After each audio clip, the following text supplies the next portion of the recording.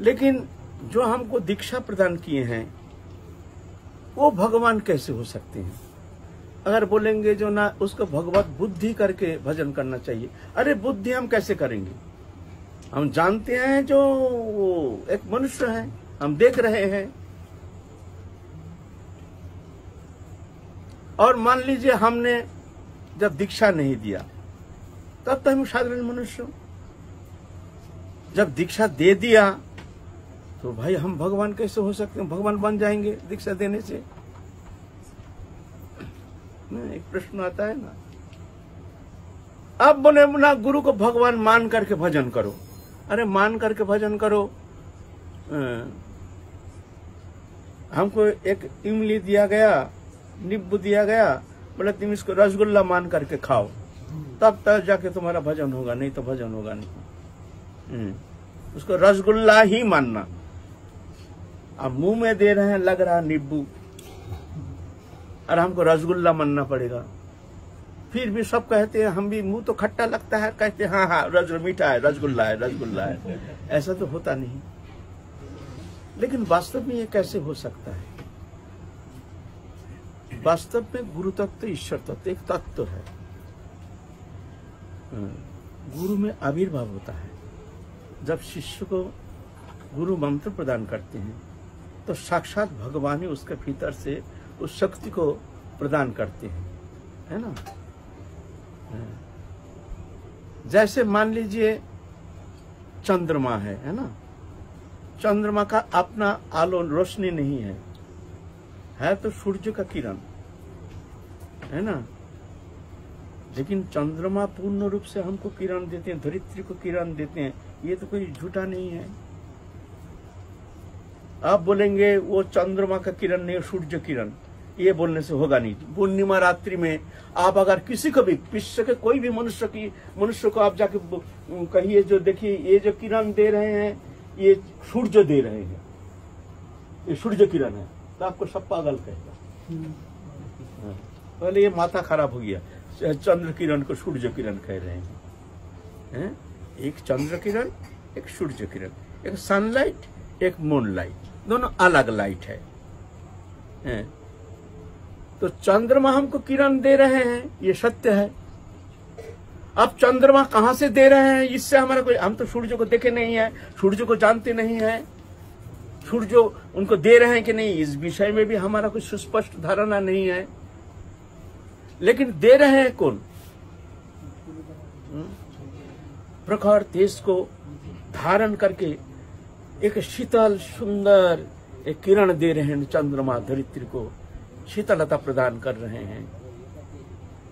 ऐसे ही भगवत शक्ति गुरु के भीतर आविर्भूत होकर के अति शीतल, अति करुणापूर्ण शक्ति को प्रदान करते हैं, शिष्य के भीतर संचारित करते हैं। ये भगवत शक्ति है, ये मनुष्य शक्ति नहीं है। गुरु के भीतर से ही भगवत शक्ति प्रकट होते हैं।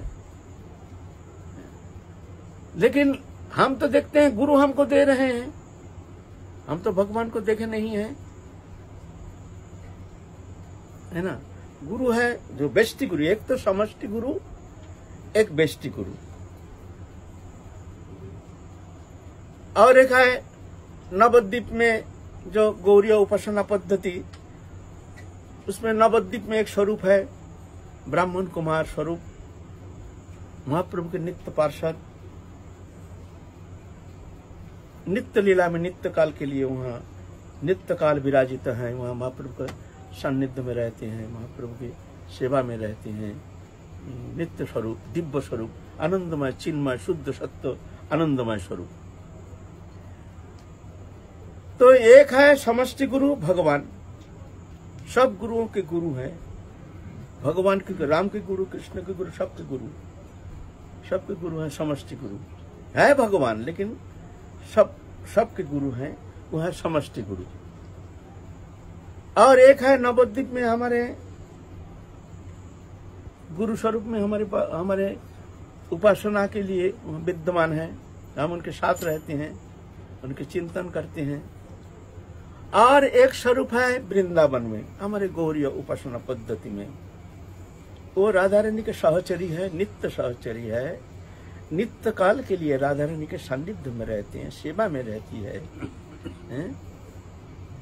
वो एक गुरु स्वरूप है, राधा रानी के सहचरी। गुरु रूपा सखी मंजरी कहते हैं। तो हमारी उपासना उस सखी मंजरी जो है उनके सानिध्य में रह करके राधा रानी की सेवा प्राप्त करने का सौभाग्य प्राप्त होते हैं उनकी कृपा से। तो 4 गुरु स्वरूप आया। एक गुरु स्वरूप समष्टि गुरु, एक है नवद्वीप में ब्राह्मण कुमार रूप में। समष्टि गुरु ईश्वर है, वो आते भी नहीं जाते भी नहीं हैं, वो सबके गुरु हैं। वो अंश नहीं, अवतार नहीं, कला नहीं, पूर्ण ब्रह्म सनातन जिसके परे और कुछ है नहीं, समष्टि गुरु है। तो इसमें कोई मतान्वय है नहीं, मतभेद है नहीं, वो पूर्ण ब्रह्म सनातन भगवान गुरु हैं, समष्टि गुरु। और नवद्वीप में जो गुरु हैं वो गुरु स्वरूप जो है वो पार्षद के टिके हैं, वो भगवान नहीं है, पार्षद। इसमें भी कोई मतभेद नहीं है। वृंदावन में जो राधा रानी के सहचरी रूप में जो विद्यमान है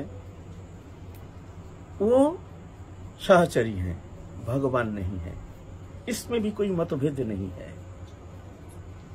और एक गुरु आया जो बेष्टि गुरु, जो हमको हमारे कान में जो मंत्र प्रदान किए हैं, हमको जो संसार चक्र से मुक्त कराने के लिए जो शक्ति संचार करके हमको उद्बुद्ध कर रहे हैं, हमको भगवत सान्निध्य प्राप्ति कराने के लिए जो हमको कृपा कर रहे हैं, ये बेष्टि गुरु, ये कौन है? ये भगवान है। न नवद्वीप का जो स्वरूप है वो गुरु है, न वृंदावन में राधा रानी के सहचरी है, न जो हमको एक मनुष्य स्वरूप में हमको मंत्र दिए हैं ये हैं। तो इनका स्वरूप क्या है? वास्तव में ये है कौन? गुरु तत्व लेकर के जितना मतभेद है, ये गुरु को लेकर के और कोई गुरु को लेकर के, कोई गुरु स्वरूप को लेकर के कोई मतभेद है नहीं। ये स्वरूप, ये कौन है? और इनका ही विशेषता, हमारी उपासना, इनकी उपासना। ये प्रसन्न हो जाते हैं तो समष्टि गुरु प्रसन्न हो जाते हैं, ये रुष्ट हो जाते हैं तो समष्टि गुरु रुष्ट हो जाते हैं। जब साधक भजन करना शुरू करते हैं तो समस्त शक्ति, समस्त शास्त्र, समस्त महत कृपा, समस्त आचार्य कृपा, समस्त भगवत कृपा सब आकर के उस जीवात्मा को कृपा करने के लिए आ जाते हैं। आहा, एक जीव संसार चक्र से मुक्त होने के लिए आगे बढ़ रहे हैं, कृपा करने के लिए आए हैं, लेकिन कृपा कर नहीं रहे हैं, देख रहे हैं गुरु के तरफ। गुरु प्रसन्न है। अगर गुरु प्रसन्न है, गुरु में अचला निष्ठा है, गुरु में अचला भक्ति है, तो सब बिना चाहे मांगने के कोई अवस्था नहीं, प्रयोजनीयता है नहीं, मांगते भी नहीं, बिना मांगे सब कृपा करके जाते हैं। जस्य देवे पराभक्ति जथा देवे तथा गुरु तस्यैते क्वचितं झरता प्रकाशन्ते महात्मनो। शास्त्र कहते हैं जैसे भगवान में तुम्हारा अचल निष्ठा भक्ति है, ऐसे भक्ति अगर गुरु में है तो समस्त शास्त्र, समस्त तत्व उनकी भीतर प्रकट हो जाते हैं कृपा करके। ये प्रकट करने का तो है नहीं, साधन के द्वारा, अनंत साधन चेष्टा के द्वारा कभी हम भगवत तत्व को प्रकट नहीं कर सकते हैं, और वो भगवत विषय को हम उपलब्ध करने में समर्थ हो जाते हैं जब तक उनकी कृपा नहीं होते हैं। ये तो कृपा सापेक्ष है। तो कहते हैं जैसे हमारे निष्ठा इष्ट में है, ऐसे निष्ठा अगर गुरु में है तो उसके भीतर समस्त तत्व प्रकाशित होते हैं।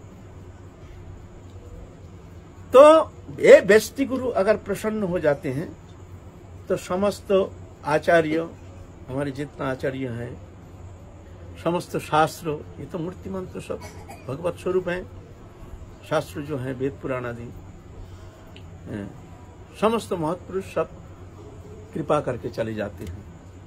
एक गुरु निष्ठा से सब कुछ उपलब्ध करने में समर्थ हो जाते हैं। इसकी ऐसी भूमिका है। तो ये गुरु का स्वरूप क्या है? ये समष्टि गुरु है, भगवान है, ना जीवात्मा है, ना उधर पार्षदतनु है। इनके क्या स्वरूप है? ये सब स्वरूप का समाहार,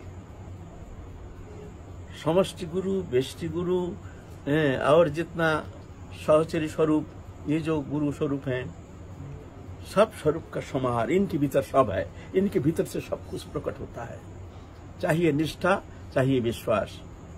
जब गुरु प्रसन्न हो जाते हैं तो भगवान इष्ट प्रसन्न हो जाते हैं। गुरु कृपा करते हैं प्रसन्न होकर के, लेकिन उसको पूर्ण करते हैं कौन? समष्टि गुरु। समष्टि गुरु कृपा करते हैं उनको। इसीलिए गुरु में निष्ठा होना जरूरी है, विश्वास होना जरूरी है। गुरु बहुत कठिन तत्व है। गुरु तत्व कहते हैं, गुरु तत्व, गुरु माने गंभीर, गुरु माने विशाल। ये गुरु तत्व लेकर बहुत सारे मतभेद चलते आ रहा है, बहुत सारे वितर्क होते आ रहा है। लेकिन ये भगवत कृपा से एकमात्र गुरु को जान सकते हैं, नहीं तो ऐसे अपने निज बुद्धि विचार के द्वारा गुरु को जानना बहुत कठिन है। इसीलिए अनन्य निष्ठा लेकर के गुरु चरण में समर्पित होकर के उपासना करने से साधक को बहुत सहज लभ्य हो जाता है भगवत उपासना, भगवत प्राप्ति। जय जय श्री राधे। कालो गुरु पूर्णिमा है, शुभ मंगलमय दिन है। हम लोग सब काया मन वचन से गुरु को प्रसन्नता के लिए गुरु की उपासना करेंगे। कल गुरु उपासना के दिन है, तो हम लोग सब सम्मिलित होकर गुरु उपासना करेंगे, गुरु आराधना में व्रती हो जाएंगे। जय जय राधा।